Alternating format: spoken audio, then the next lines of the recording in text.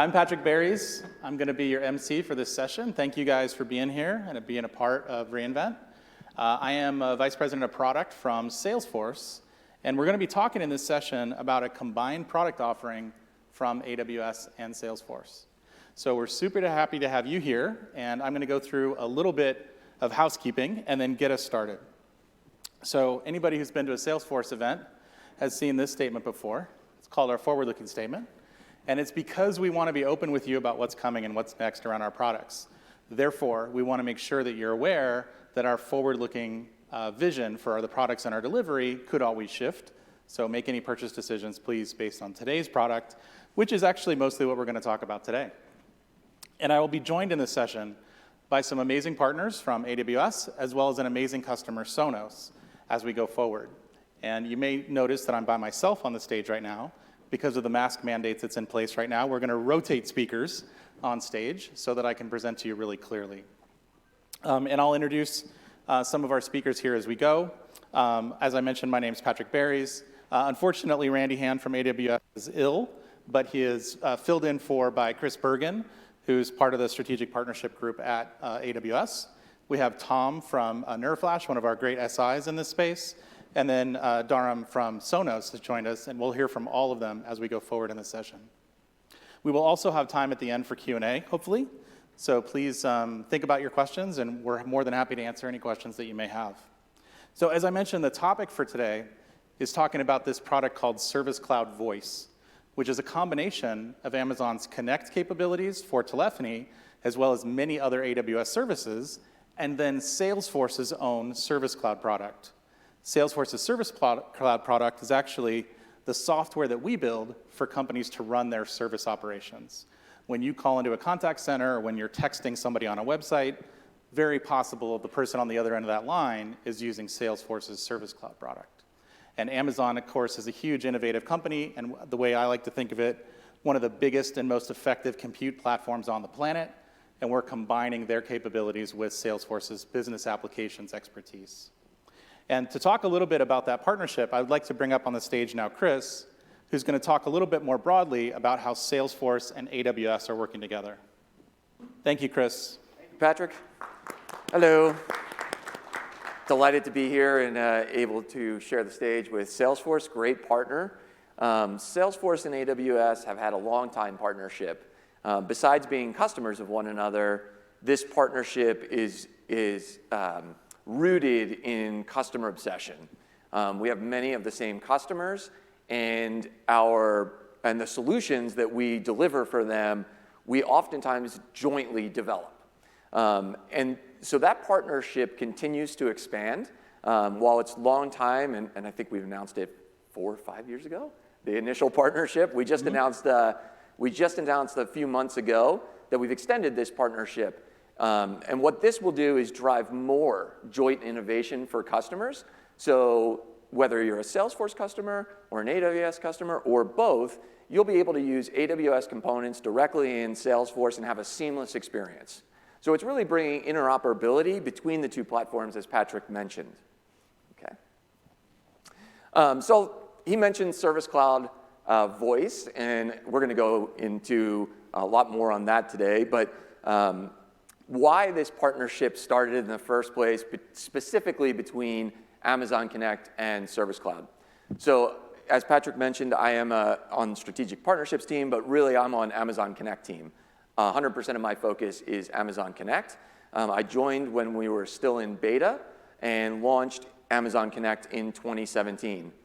When we launched Amazon Connect, we launched it at Enterprise Connect, a contact center trade show, and our launch partner there was Salesforce.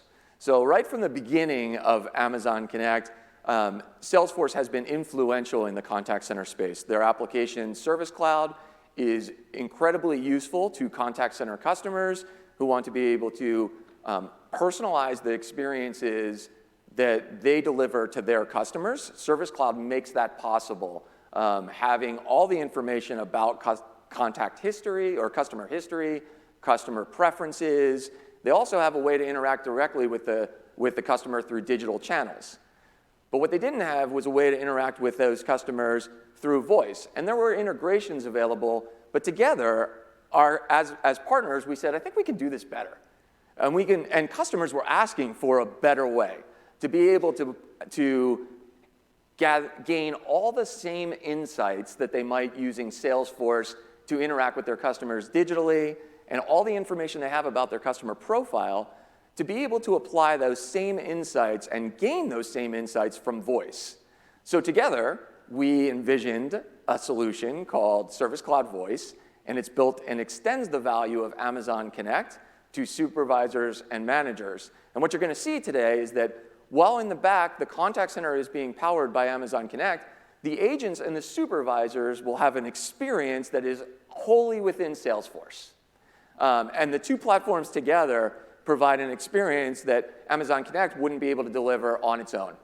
And it adds more value for customers. So that's a great example of just one of the ways our two companies are delivering joint innovation for customers. And looking at the previous slide, you'll see we are going to deliver more of that across many more AWS services than just Amazon Connect.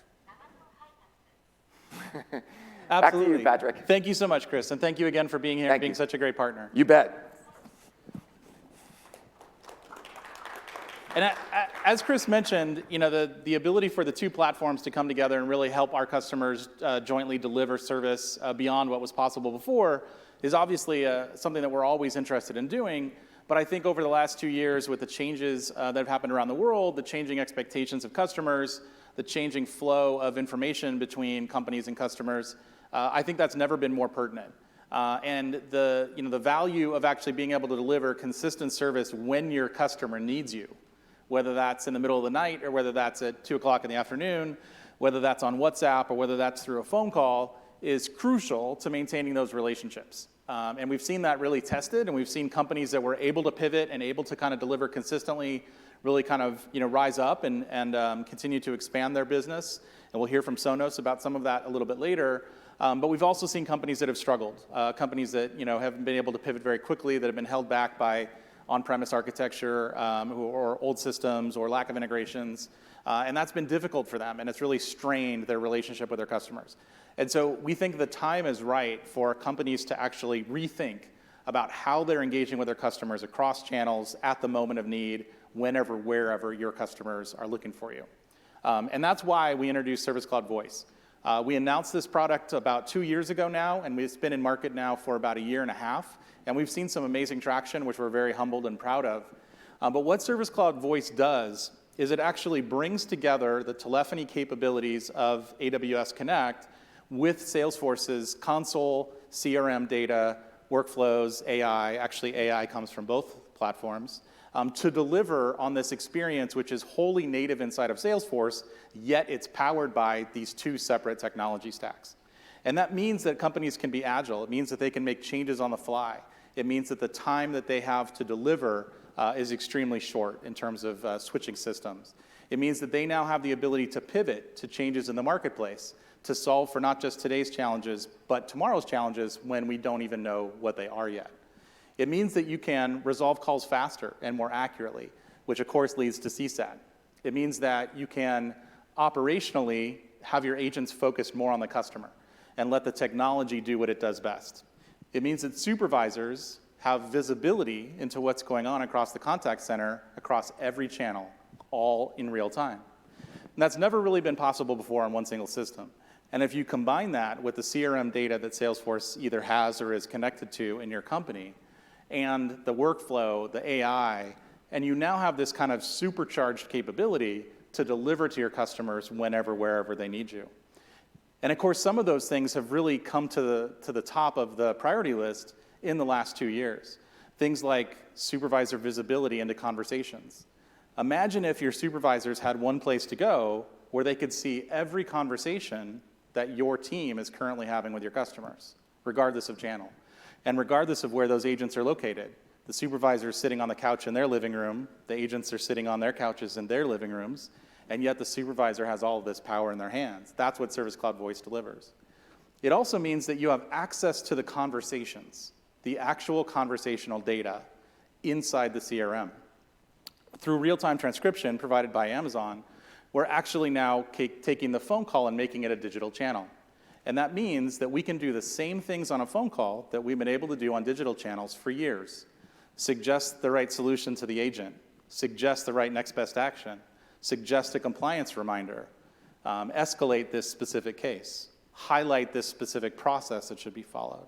We can do that in real time inside of the workflow for the agent because we now have access to the conversation in real time. Now that data has existed in your organizations probably for a very long time. It's existed in call recordings. Nobody in your company listens to those call recordings except the QM team. But imagine the business insights that are contained in those conversations. Imagine if your product team, your marketing team, your sales team had access to those conversations. Maybe one at a time for a specific customer. Oh, I've got this meeting with this customer. Let's see what they've been saying.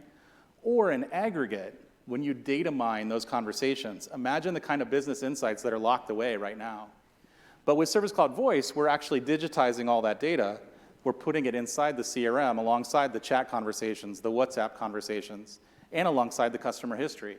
So you now have access to those conversations for one customer or across all your customers. And it doesn't matter what channel. And that's really the power of kind of bringing these capabilities together that we think is super innovative and that our customers are really seeing some traction from in the marketplace. Now we're going to hear from Sonos a little bit about their story. They purchased Service Cloud Voice in the last year and a half. They're live. They've seen some nice benefits from it. And I know that at events like this, the most important thing for you to hear is from another customer. And so we're going to spend a lot of time with Sonos today. But before we get into the actual interview with them, I want to actually play a video that gives a little bit of an overview of what Sonos is doing with Service Cloud Voice today. You'll also see another product mentioned in the video, a workforce management product that Salesforce just brought to market a few months ago. And this is all part of the same strategy from our perspective to help our customers run their contact centers and connect to their customers in a new, modern, agile way. And so you'll see both of those products mentioned a little bit in the demo, and then we'll bring up representatives from Sonos, and we'll speak to Dharam about what's going on at Sonos and how that's gone for them. But first, let me play the video. Today, I'm going to show you how Sonos is succeeding from anywhere with Service Cloud. And here to help with this visionary demo is Katrina. Katrina is getting ready to host a patio party with her vaccinated pod. She just got home with a bunch of supplies, including a new Sonos Roam portable speaker, and she can't wait to use it. Sonos is expecting this speaker to be super popular. Let's see how they are preparing to engage with their customers by empowering their employees with Service Cloud. They use Service Cloud to empower their planners and agents from anywhere. Anna, a planner, uses workforce engagement to forecast demand for customer service, making sure the contact center is properly staffed. This dynamic graph shows work volume spikes to date and what she can expect in the weeks ahead. She's ready for anything. Anna can see demand across all customer channels, and she can filter by any Salesforce object, helping Sonos hit on all channels. Say goodbye to stressing out over your forecasting spreadsheets and say hello to accuracy in just a few clicks. Now, let's take a look at the omni-channel capacity plan. Long name, easy concept. This graph makes it simple for Anna. It shows her how many agents are needed, when they are needed, and what skills they should have. Uh-oh, it looks like Sonos has a skill gap. They need more product experts for the Roam, but the contact center is heavily staffed with agents handling billing and payments. Let's hit adjust and find a solution. Aha! In the plan comparison, Anna sees a better suggestion. She chooses to cross-skill agents to help with demand. Now, service supervisors can skill up agents and assign personalized training with My Trailhead. Let's see what this looks like for one of the cross-skilled agents. Meet Toby. Toby is assigned a new learning module, and he's pumped to learn new skills and be able to grow in his career. What's even better is that Toby doesn't need to sit through an all-day training. He has a single place to learn and manage cases. And now, with Service Cloud Voice, you can use the telephony partner of choice. Now, a customer call is coming in. Remember Katrina? Her friends are coming over and she needs a quick assist getting her tunes moved outside. As Toby accepts the call, he has all the context he needs to help Katrina. He can see relevant information that's been pulled in from third-party systems like all of Katrina's details, her purchase history, and the steps she's already taken to troubleshoot on her own. What you're about to see is some of the latest innovations across service. AI suggestions will be sent to Toby based on the call transcript with Katrina. Let's listen in and see the magic. Hi, this is Toby. I see that you need help setting up your Roam speaker. Can you share your surroundings with me through video chat? Sure. So I need help passing the music from my surround sound speakers to my new Roam. Could you show me where your Sonos speakers are playing inside the house? Yeah, okay. They're playing right here. Great. Let's set up your new speaker. Since you're at home, you can use the sound swap feature to shift the music from your sound system to the Roam. Hold down the play button at the top of the speaker. Yeah, I can hear it rock and roll. It worked. Why don't you go outside right now and give it a test? Wow, can you hear all this? It's so loud up here. Well, we can optimize the sound outdoors using TruePlay to tune your speakers automatically. Would you like help setting that up? You know what? I would love help setting that up right now, but I gotta run. I got guests coming real soon. Can you send me an article? Of course, I can send it through SMS right now. Great, that was so simple. Alexa, play Sonos Radio.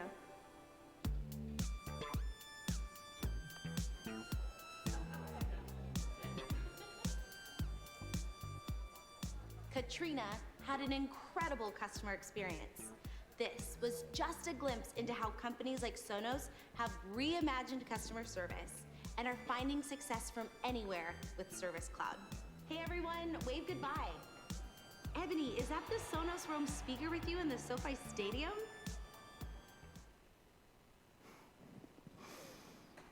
Great video. And now I'd like to welcome to the stage Dharam Rai. Please join me in welcoming him to the stage, VP of Customer Experience at Sonos. Dharam, thank you so much for being here again. Thank you. Thank you for inviting me Thank you here. for being a customer and, of course, of sharing your story. As I mentioned earlier, at events like this, including Salesforce's conference called Dreamforce, we always hear the feedback is that customers want to hear from more customers. So we really appreciate you helping to share your story. Glad to be here. So I'd love to ask you a couple quick questions around your transition to Service Cloud Voice, and let's start with what the challenges were that you had beforehand, and sort of what you were looking for in a potential change or new platform. What was that starting point for you? Yeah, to start with, we have over 12 million customers. So that's a lot of customers. And every customer, on an average, buys about 4 products. And I'm really happy and glad to see customers here in the audience. In fact, Aaron, who's sitting somewhere there on my left, walked up to me just a few minutes ago, and he thanked me for the products that they have in their house. This is real time. It's happening right here. And that makes me proud. Not only that he said that he has products in his house, he said he's expanding it in his next house. 17 products, if I remember Aaron correctly. Wow. 17 products with one customer. That makes us proud. The way we are able to sell these products and engage with the customers is because we really take pride in the end-to-end customer journey. And in order to do that, we take pride in having those moments of truth with the customers at every single stage of our life cycle with the customers. And we have customers that have been with us for 16, 17 years. Many of you may not know, Sonos has been around for 20 plus years now. So digital transformation is really, really important for us because it is really important for us to, especially during the pandemic, make sure that we are able to deliver to the expectations of our customers. And all of you know how challenging it has been over the last 20 plus months. And we, in particular, Sonos, had to pivot and make changes to our service delivery and contact center strategy. We had to go through a transformation because guess what? The customers are expecting those phone calls and interactions with us. And it was challenging for us to have all these agents, our specialists, working from home. So we had to make a pivot really quickly. And we did it successfully. Not only that, the product has been selling like hotcakes. It's just growing. Our company is growing rapidly, which puts pressure on the service that we deliver to our customers. And the calls that come in is one of the channels which we are here to talk about, the phone calls that we have with our customers. On an average, we get about 1 million touch points with our customers a year, 1 million of them. And we get about anywhere from 55,000 to 85,000 calls a month, every single month. So call volume is high, and of course, we want to make sure that the customer is having a seamless experience. So we realized over the last couple of years that the solution that we had prior to our current implementation was a little clunky. And the few challenges we had in our services call space were around, first of all, reliability of our solution. The second thing was integration with our services offering. We use Salesforce for our service offering. Mm-hmm. And integration with Salesforce was not optimal. And also, escalation management was becoming a challenge. Outages, as and when our content providers had outages, we had some challenges. So we went through quite a lot of challenges in this rapid stage of growth, where we started looking at solutions which would provide us with the capabilities to get ready for the future. Right. So those were the kind of challenges we were trying to address. Makes sense, and certainly you're not alone. We hear many of those same challenges. I think in many ways, Sonos was very well positioned to be able to accelerate the business, during the disruption that's happened over the last 20 months, and can certainly understand how that drives new needs for how you communicate with your customers and up-leveling those conversations. So with those challenges in mind, why did you choose Service Cloud Voice? Why did that seem like a good solution for you? Yeah, I mean, we looked around. We did RFPs. We looked at a lot of solutions. Amazon, as well as Salesforce, have been great partners for us for a long time. We use AWS services. And Chris, AWS is in our DNA as well. We used their services, as well as we've been a Salesforce shop for a while. That was not just the one advantage because of which we started looking at the Service Cloud Voice offering. We were trying to solve for many of the future-looking things that we want to kind of get ourselves set up for. Mm-hmm. And the few things that we really wanted to make sure that we are really focusing on our voice bot, for example, right? So we recently introduced chatbot. We're using the Salesforce platform for chatbot. We want to make sure in the future we are getting ready for voice bot, the translation, seamless real-time translation from voice to, transcription, so that it's integrated into our platform. The real-time data that we are able to look at, the reporting capabilities. We looked at a lot of things that would enable us to set ourselves up for future. Mm-hmm. Like I said, we've been around for a while, so it's not that it wasn't working. We want to make sure that we are reducing our handle time of our calls that are coming in, and reducing the overhead, internal operational efficiencies that we want to gain, and also making sure that we are getting ready for the transformation when it comes to digitization of our service that we are providing to our customers. So those were a few key things that we looked at. Why it started making sense for us to extend our partnership, and we looked at the Salesforce service voice offering, and it started making sense. We actually started leveraging our partnership with NeuroFlash, which we'll talk about a little later as well. And we wanted a seamless transition from what we had in the past. That was really key. With all these customers, we wanted to make sure that there's no disruption to the business. That was really important. Right. Also, our technology stack on the technology side, IT side, we wanted to make sure that it's seamless from our data strategy perspective, automation, and setting ourselves up for the future offerings that we'll have, the product offerings, and seamless integration with our platform and our app. We want to make sure that our Sonos app that the customers love and enjoy, that they're able to have a seamless experience through that app, without any disruption, and so that they can get service from us through the same platform. Makes sense, and I love the idea of solving for the future too, not just kind of trying to look backwards and say, well, we've had these pain points, therefore we're going to solve for those pain points, but setting yourselves up for that business agility for whatever comes next. I think that's really critical and something that I often drill home with the customers that I talk to. In fact, I think one of the interesting things in working together on this joint product is trying to translate these two innovative companies' work streams into a 2x innovation stream for the customer, right? And try to keep up with each other and keep moving forward into that future, which I think is great. So given that those were kind of the reasons, what have you seen so far? in terms of the implementations and how the business has been able to take this up? Yeah, so in the past, one of the challenge, and not the only challenge we had, was when the calls would come in, they would not get linked to the cases. We have a lot of cases that we need to manage. There was a lot of overhead manually pulling information from a different system, matching it. We had to have people actually, look at spreadsheets and match the data. Right. So one of the things we benefited right away was, call to case ratio.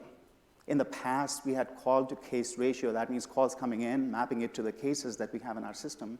It was less than 30%. It jumped up to over 95%. Wow. As soon as we transitioned and, as soon as the system stabilized. Right. It was really great for us to have all that data. We talk about data, about how data can be leveraged and should be leveraged to make key business decisions. We didn't have the right kind of data in the past, so it started making sense for us to start looking at that data to make informed decisions around our future. So that's one of the examples of how we started benefiting from having seamless integration. Another thing is, reporting capabilities and also, our frontline agents, which we call specialists, taking the calls, for them to actually in real time get information right on their screen. Right. Right? They didn't have to go through two different systems and cut and paste or have two different screens. Everything was right there in the platform. So we reduced the time for us to answer the calls and provide solution to our customers. Just a few examples. Yeah, that's great. And I really like what you said about data as well. Something that we don't have a lot of time to get into necessarily in this session, but one thought I would leave you with is, I think within an organization, data is the new currency. And service plays a special role in accumulating that data from your customers. But it's up to us as technologists to make sure that data is available and actionable to the rest of the company. And so, as you were calling out, connecting that data and being able to trace a case to a conversation and then be able to get data out of that conversation, that's net new for a lot of customers, but I think the value that's there is immense in the long run. Well, I know you had a really interesting and fruitful implementation, and I want to bring up Tom from NeuroFlash to help talk through the conversation about that implementation. NeuroFlash is the SI who was involved here, and as Dharam mentioned, a very crucial partner in terms of the success. So I'm going to jump off stage real quick, and you're going to simultaneously come on stage. But thank you so much for the conversation. I will be back in a minute. Thank you, Tom. I'm going to stick to this side. Yeah, it's perfect. At NeuroFlash, we build the applications with our customers on top of Service Cloud Voice and Amazon Connect. We've actually done more deployments of those technologies than anyone. We know it extremely well, and part of that reason is our company was founded by and is led by folks that came from a company called Nuance Communications, which you may have heard of, that's been in this space for a very long time. So I've been deploying voice applications, contact center transformations for 20 years, and innovating in voice. Actually, before I was at NeuroFlash, I'm currently VP of Insights and Product.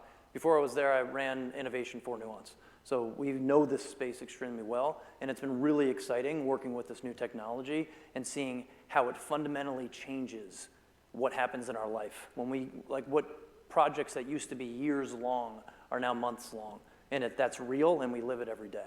So I'm going to ask Dharam some questions about the actual deployment that we did together up here on stage. So Dharam, what would you say was the biggest success, thinking of the deployment from starting, choosing the technology to going live? What was the thing that worked the best in that whole scenario?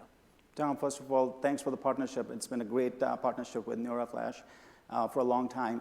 For this particular deployment, it was seamless and very successful. I'm proud to share with everyone here. There were some challenges that we'll talk about as well, like any implementation, there are challenges that you have to learn from. In our case, our contract was coming up with our previous vendor where we were using the voice services. And actually, we took a little bit longer. Our own learning is that during the RFP process, while we were looking at different solutions, we took a little bit longer, which means we were coming up against the contract. That means either we had to extend it or be without that solution. So believe it or not, we had only 4 weeks for us to transition to this platform. So the challenge, talking about challenges, within 4 weeks, the entire solution that we had from our previous vendor, we transitioned For English-speaking customers, and we are in over, we provide service in over a dozen other languages. For English-speaking customers, we transitioned within 4 weeks, and another 4 weeks of transition for the remaining languages throughout the world. So in less than 2 months, we were able to transition seamlessly with little to no disruption to our customers. All the data migration and the implementation that had to happen, it wouldn't have been possible without the partnership. And you guys took over and helped us tremendously in those 4 weeks and helped us stand the instance up. These timelines are insane, and they're real. When I first started working with technology, our head of sales came to me and said, hey, we have this, this project to work on, and it's a contact center migration. And I was like, oh, cool. And I'm thinking my next year is booked. And he's like, yeah, it's going to be live in 6 weeks. I was like, what? And that's the pace that we see. And not all projects go as smoothly as Sonos did. And Dharam thanked me for the partnership, and really, it was a true partnership. And that's one of the things that makes it go so well. Their team really leaned in to learn the technology. Most of our customers have folks that know Salesforce, have folks that know AWS, but don't necessarily know voice. And so that's where we come in. That's what we do. We come in and do the first deployment with your team and bring them up to speed on how to do this work and how the technology works and build the first solution. And then they can go off and do it on their own. And that's what the team's done. We went from leading with their learning to us just supporting them to them independently working on it. And these are, again, having been in contact center for a long time, these are things that just didn't happen with legacy technologies, that the team would be able to take it up, build it, and grow with it. And that's exactly what happened. So what would you say, the 4 weeks is pretty insane, and we all pulled that off together. What would you say is another thing that was, a real learning in that process, that something that, this is something that could have gone better, or if we had known would have done this? What's something that was one of the big challenges? Yeah, and I would like for us to be nimble and also humble about our challenges and mistakes that we made. For us, it was taking too long, like I mentioned, for us to make a decision, first of all, to pick the right vendor, right solution. Second thing was there was a miss on our side during the SOW process. So our international rollout was a little bit clunky because of our own challenges internal to us. So that's one I want to acknowledge. We actually learned from that, and we go through a lessons learned exercise. So we learned from that. On the AWS side, there were a couple of challenges. For example, number of concurrent calls. We didn't set it up correctly at the beginning. So some setup challenges were there, which a little bit of it is expected, you can say. Number of agents, number of concurrent sessions, those kind of things had some hiccups at the beginning. So that was something that we perhaps could have anticipated a little bit ahead of time.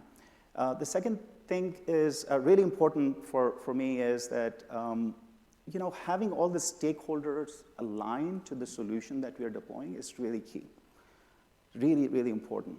That means leading up to the rollout, having every single stakeholder within the company, our peer organizations, and including obviously our systems and IT department, alignment around the rollout and what we're doing is really important. This is a really important part of our business, interacting with our customers.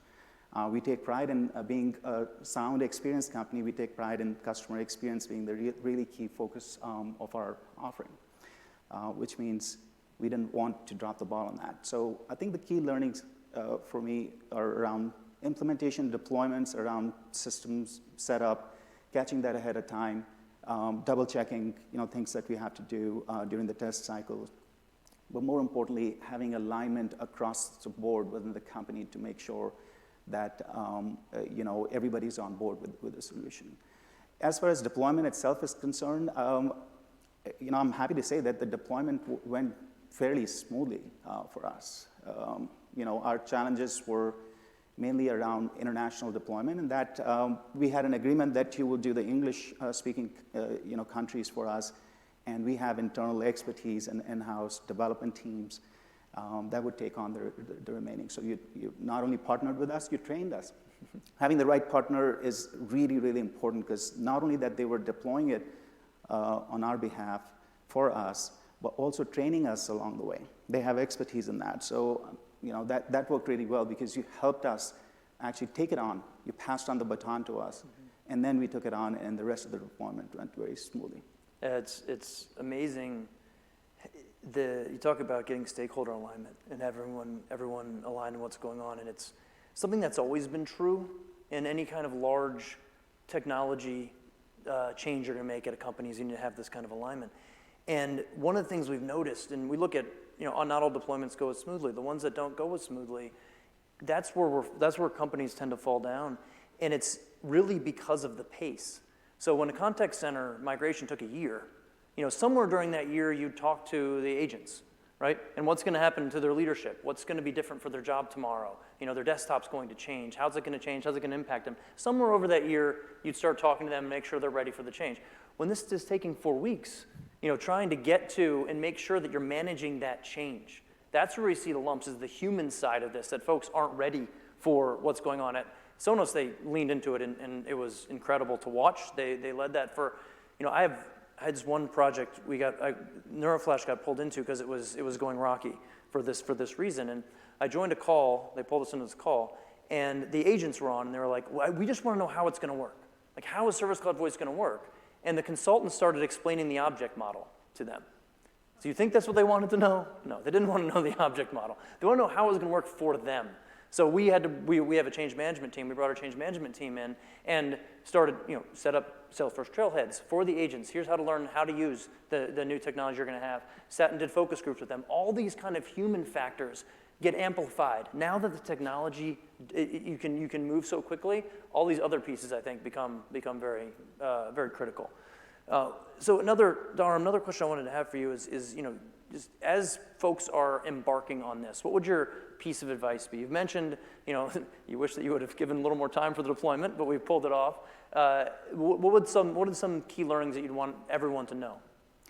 Yeah, I go back to a little bit of a philosophical answer, which is, we all focus on customer satisfaction. And I've been in the business for over 30 years, all in the customer space, customer services, customer success, customer experience. So I've had a lot of interactions with the customers where early on in my career, I used to focus on bending over backwards to provide the optimal customer satisfaction, right? CSAT scores, Patrick, you know it. CSAT is king, has been king for a while. I've come to realize over the span of my career that CSAT numbers are lagging indicators. That's not the goal.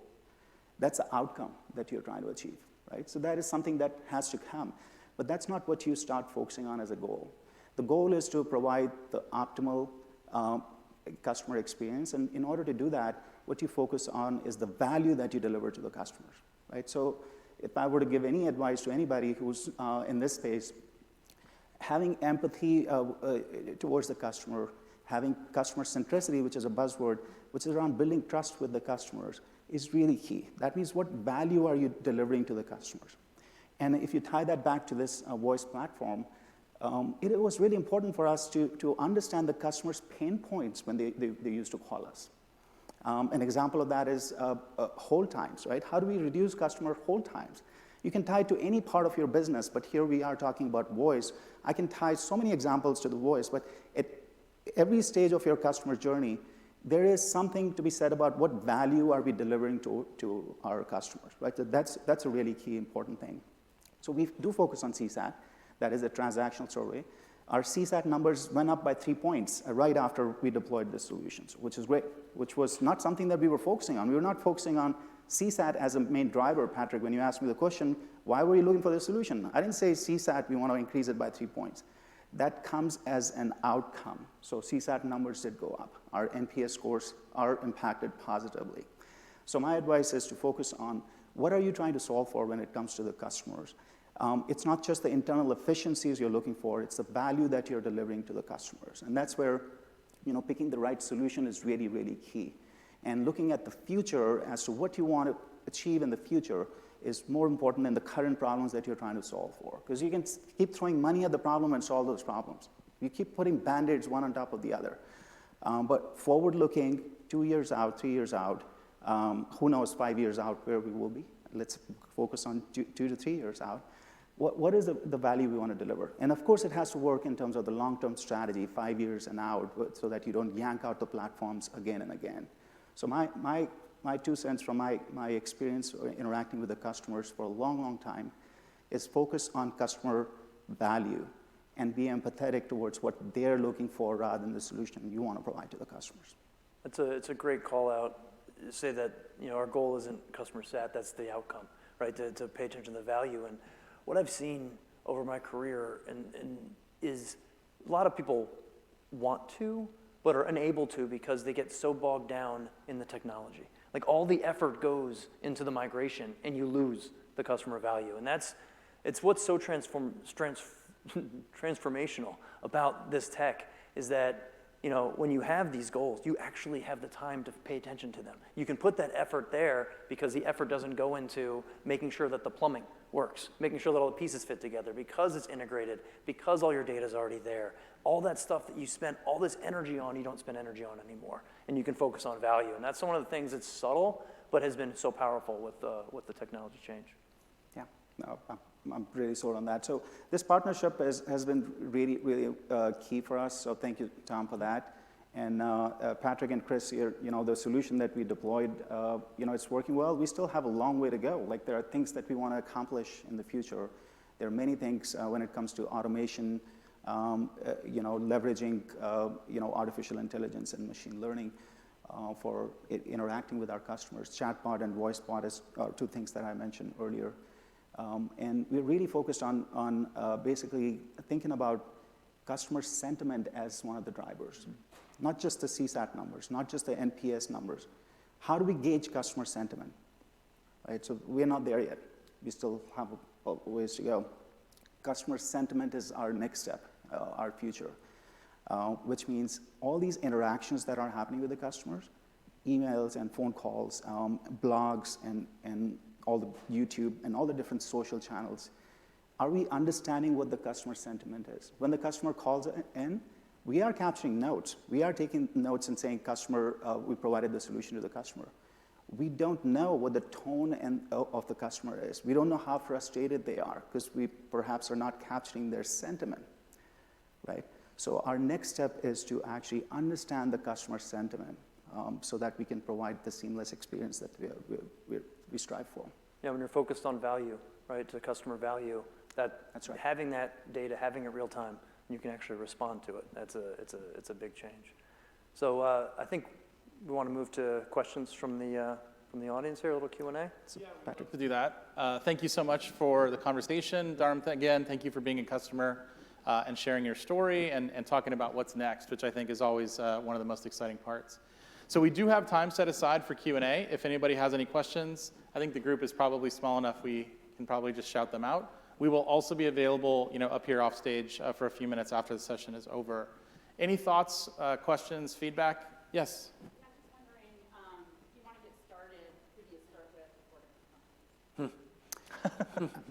before So yeah. Well, please. I guess from my perspective, obviously the sales motion and the joint motion between AWS and Salesforce are pretty well honed at this point. So we're used to kind of talking together and kind of selling together around this product. I think one of the lessons learned that we've seen with a lot of customers is involve the SI early, right? So I think that's, in this case, NeuroFlash or another SI. I didn't say another SI, sorry, Tom. There aren't any other ones. There are no other SIs, yeah. No. But I think approaching Salesforce or even approaching AWS with the ask that says, I'm interested in this product, can I learn more? We will make it happen for you. So that onus shouldn't be on you. Anybody else want to comment on that at all? Yeah, from the customer view perspective, the question is, if you're a customer, how do you get started? I think, again, I go back to what pain point are you trying to solve for? So internally, before even reaching out to anybody, we've got to have an introspection of what exactly are we trying to solve for. So that you are going to do it, your company is going to do it. Once you know what problem you're trying to solve for, what we go through is, again, like any standard process, we go through an RFP process, right? So internally, we got together with our systems and tools teams, our IT department, and our different stakeholders from marketing, product, et cetera, et cetera. And we put together a requirements internal documentation based on which we actually reached out to a few vendors. It was easier in our case because we already had a relationship with NeuroFlash, and also with AWS as well as Salesforce. But guess what? We didn't reach out to them first. We didn't say, this is an easy way out. You have a solution. Why don't you deploy it for us? We actually went through a painful process. I even acknowledge that we took way too long. We went through a process of our due diligence to see what exactly we're looking for. And we went through the vendor selection. And for that, I would say starting point is having your own internal stakeholder alignment in terms of your pain points that you're trying to solve for, and reaching out to a company like Salesforce would be a good starting point. And then, of course, SIs are hugely helpful in terms of deployments, but then don't wait out till the end.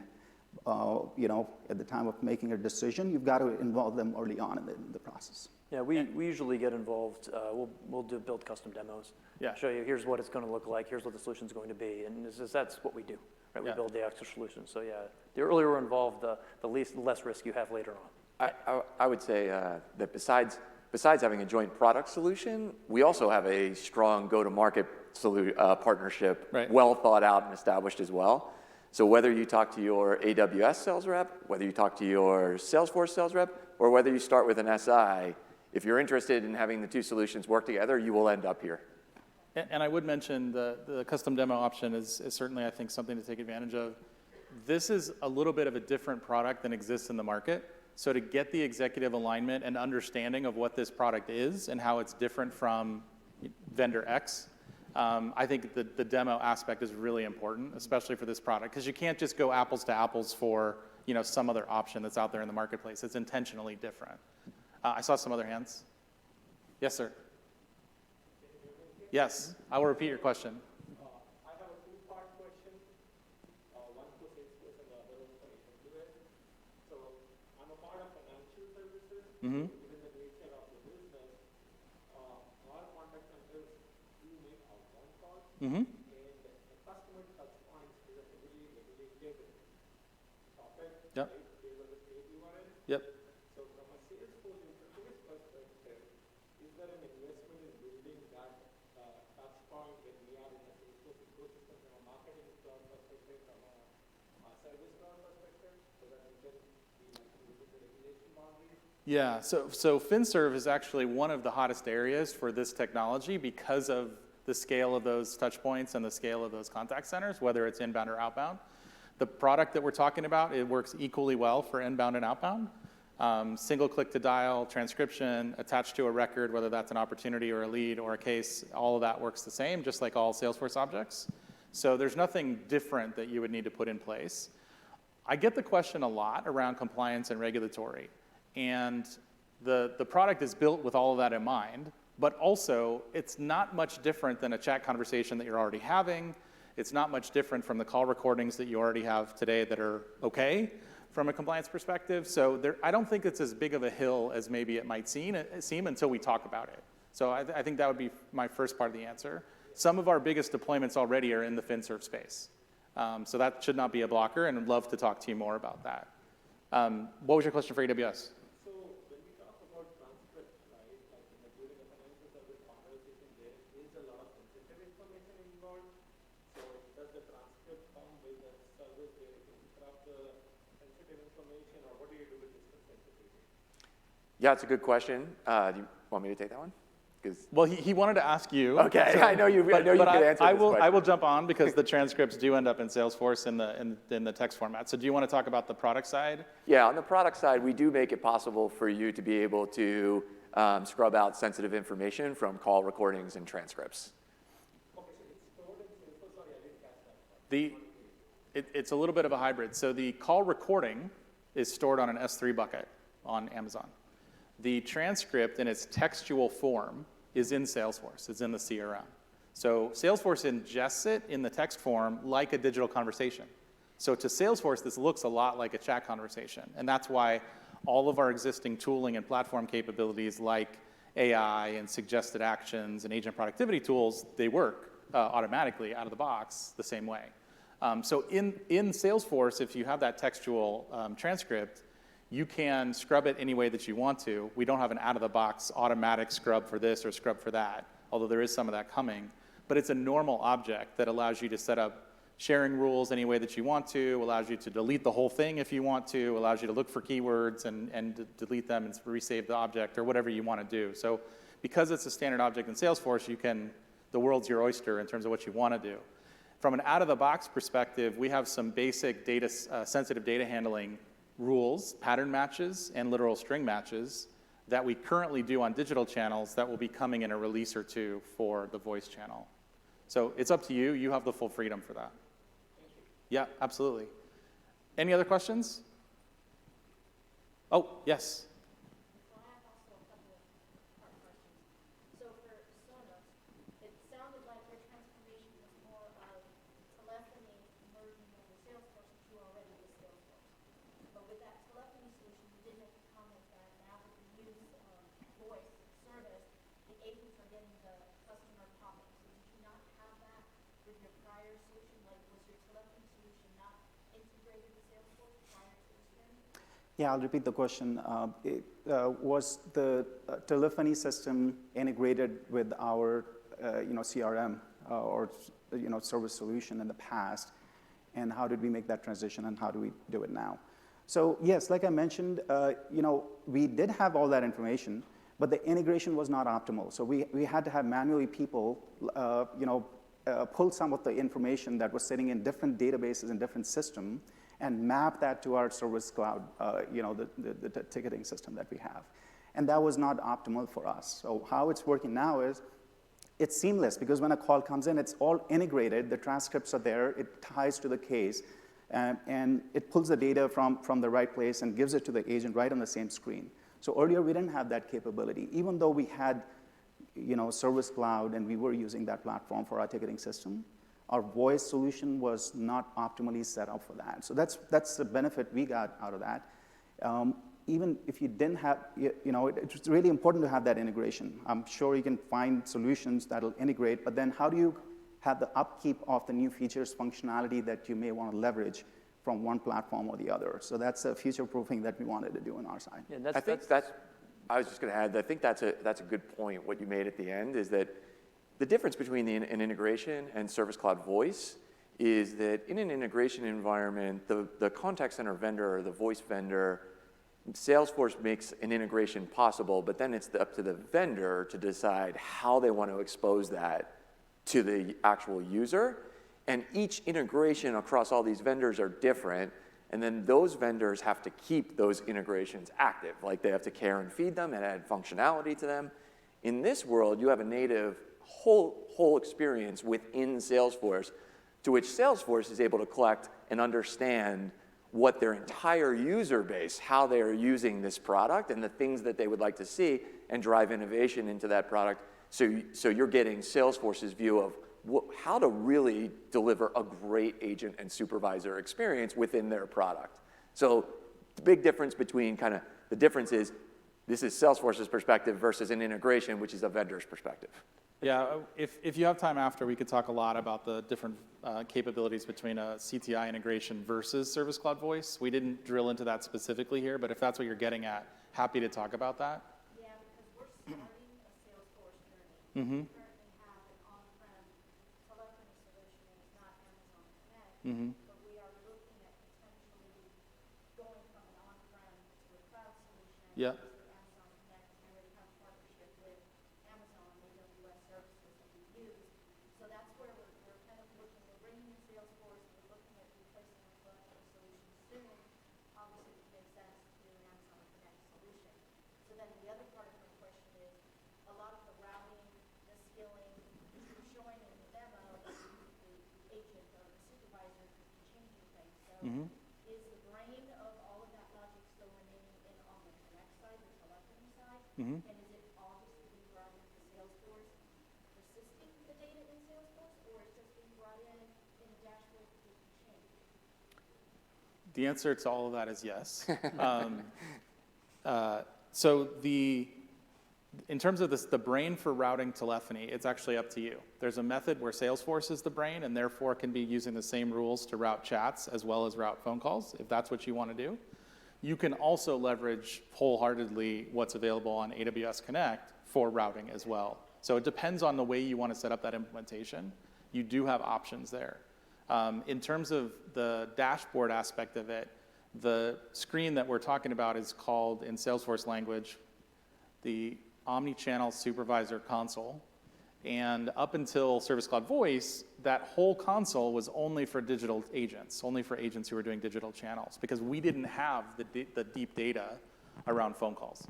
Now with Service Cloud Voice, we have this tighter connection. We understand much more about the metadata as well as the actual content of that conversation. So now that view includes all the voice calls. And so that's not just visual. You can actually go in and make changes there. Depending on the changes you want to make, you might also use the Amazon console for a couple things. If you were setting up new skill groups, for example, you would actually use the Amazon console to do that. We're going to bring more of that into a Salesforce screen so that there's less reason to have to kind of go back and forth. Now, keep in mind, these are just the admin or maybe supervisor personas.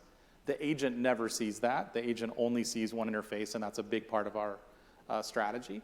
But for those other personas, we'll be bringing more and more into Salesforce to simplify that setup. Hopefully that helps. It does, and I guess the concern is it's a lot of data. Collecting data is a lot of data. Mm-hmm. I work for a power utility company, so when we get hit by hurricanes down in Florida, we get inundated with phone calls. Mm-hmm. And that's even more amounts of phone calls that need to come in, that need to get hit to an agent. Mm-hmm. The agent can solution the customer, Mm-hmm. outage calls, so forth and so on. So it's just a tremendous amount of data. So I guess, if we were to look at a solutioning of it, we would have to consider where that data ends up going. Because today we've got an active solution where a lot of our data gets exported out to a different solution for reporting, Right. especially during a storm. Yep. And that's just a tremendous amount of data that even our reporting solution slows down. Yep. It's just too much data. That's, yeah, the sharing processes and the reporting processes are the first place you'll start to see slowdown when you accumulate a lot of data, especially a lot of data in one table. But we're experts in that. We've been doing it for decades, so we'd be happy to help with that, no problem. Patrick, we're down to 3 minutes. 3 minutes. Oh, I'm gonna well, step I did off. want to leave us on a high note. Thank you guys so much for being here again. Thank you, Durham, for telling your story. Thank you. Thank you guys for being here for the conversation.